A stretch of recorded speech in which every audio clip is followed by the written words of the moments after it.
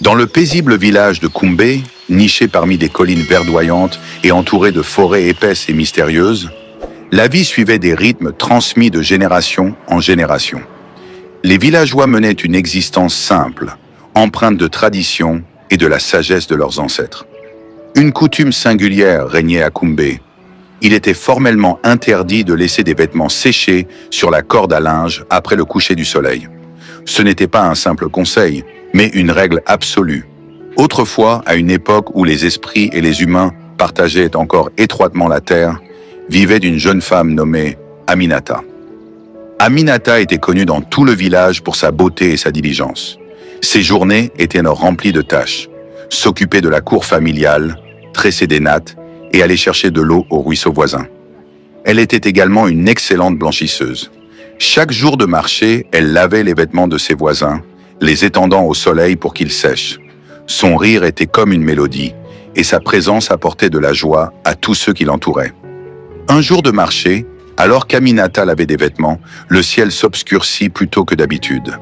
De lourds nuages annonçaient une pluie imminente.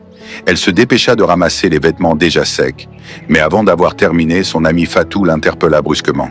« Aminata, viens vite!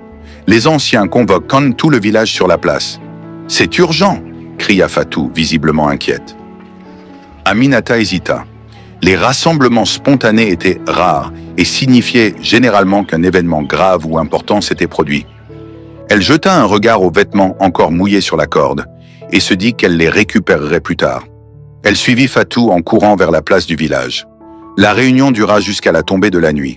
Lorsque la lune apparut haut dans le ciel, baignant le village de sa lumière argentée, Aminata, épuisée, rentra chez elle et s'endormit, oubliant complètement les vêtements laissés dehors.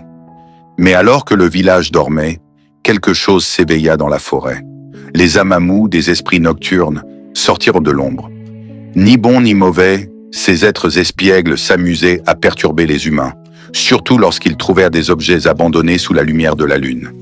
Invisibles aux yeux humains, leurs formes scintillantes se déplaçaient silencieusement, seuls leurs yeux étranges et perçants révélant leur présence.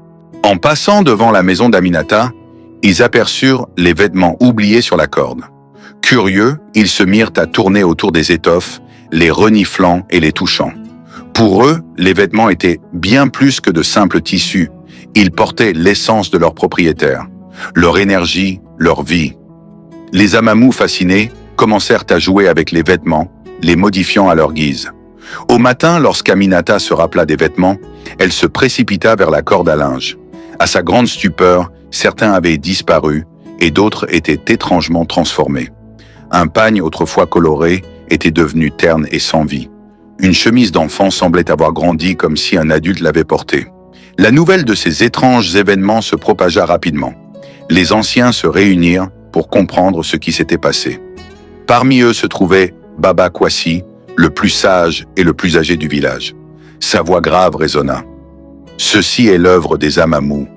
Ces esprits se nourrissent de l'essence des objets laissés sous la lumière de la lune. Les vêtements sont comme une seconde peau. Ils portent une part de notre être. Quand nous les abandonnons la nuit, nous invitons les esprits à jouer avec nos vies. Le village entier fut pris de panique. Les mères serraient leurs pagnes contre elles et certains récitaient des prières. Les jours suivants, des événements troublants se multiplièrent.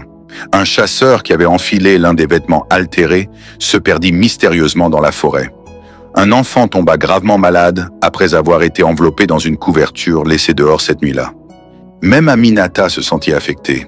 Sa joie et son énergie s'étaient évanouies, comme si les esprits lui avaient volé une part de son âme. Désespérée, Aminata alla consulter Mama Doumbia, la devineresse du village. Avec ses pouvoirs, Mama Doumbia révéla « Les esprits sont en colère. Ton imprudence les a offensés. Si tu veux briser la malédiction, tu dois leur offrir des sacrifices et jurer de ne plus jamais laisser de vêtements dehors la nuit. » Aminata suivit ses instructions à la lettre. Elle déposa du vin de palme, des ignames et des noix de kola à l'orée de la forêt et promit solennellement de respecter la règle. Peu à peu, la vie reprit son cours normal, mais les habitants de Kumbé n'oublieraient jamais cette leçon. Depuis ce jour, personne à Kumbé, ni dans les villages voisins, ne laisse de vêtements sur la corde après le coucher du soleil. Ce n'était pas qu'une superstition, mais un rappel du fragile équilibre entre le monde des humains et celui des esprits invisibles. Ainsi, au crépuscule, les habitants de Kumbé veillant toujours à rentrer leurs vêtements, s'assurant qu'aucun fil ne soit laissé à la merci des Amamou.